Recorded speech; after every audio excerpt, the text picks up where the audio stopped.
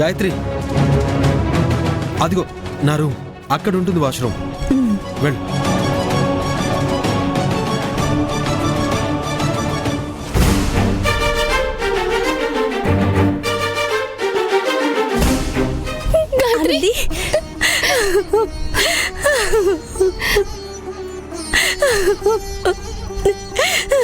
గాయత్రి, రే, అసలు ఇక్కడ ఏం జరుగుతోందిరా? ఆ అమ్మాయి వాష్రూమ్ కి వెళ్లాలంటే నన్ను అడగాలి, లేదా సౌసవని అడగాలి. మగవాణ్ణి నిన్నడగడం ఏంట్రా? నువ్వు కూడా తనని నీ రూమ్ లోకి వెళ్ళమని చెప్పి పంపిస్తావా? కదా, తను నన్నే ఎందుకు అడిగింది, సౌసోని ఎందుకు అడగలేదు?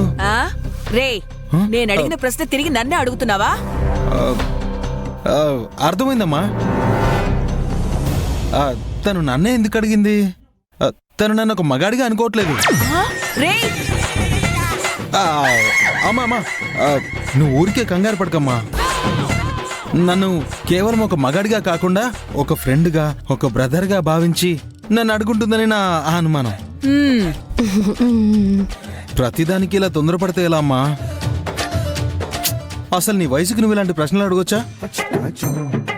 నువ్వు వెళ్ళి పాపం వాళ్ళ కాఫీ తీసుకునిరా. వెళ్ళమ్మా. అది కాదు. వెళ్ళు అమ్మా, వెళ్ళమ్మా. అన్నా, ఏంటి అద్దరు కొట్టావు, నటనలో అద్దరు కొట్టేసావంటున్నా. అమ్మకి అసలు విషయం తెలిసిందంటే నన్ను పిచ్చి కొట్టుడు కొడుతుంది. అసలు గాయత్రిని ఎందుకు తీసుకొచ్చావో చెప్పు. తను నాకు ఐస్ క్రీమ్ కొనిచ్చింది, అందుకే తీసుకొచ్చాను. కేవలం ఒక ఐస్ క్రీమ్ కోసం నా జీవితంతో ఆడుకుంటావా? సారీ అన్నా. ఆపు నువ్వు నీ సారీలు.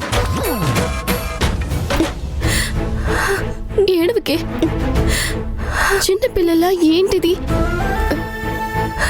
నాకేం కాలేదుగా, నేను బాగానే ఉన్నాను.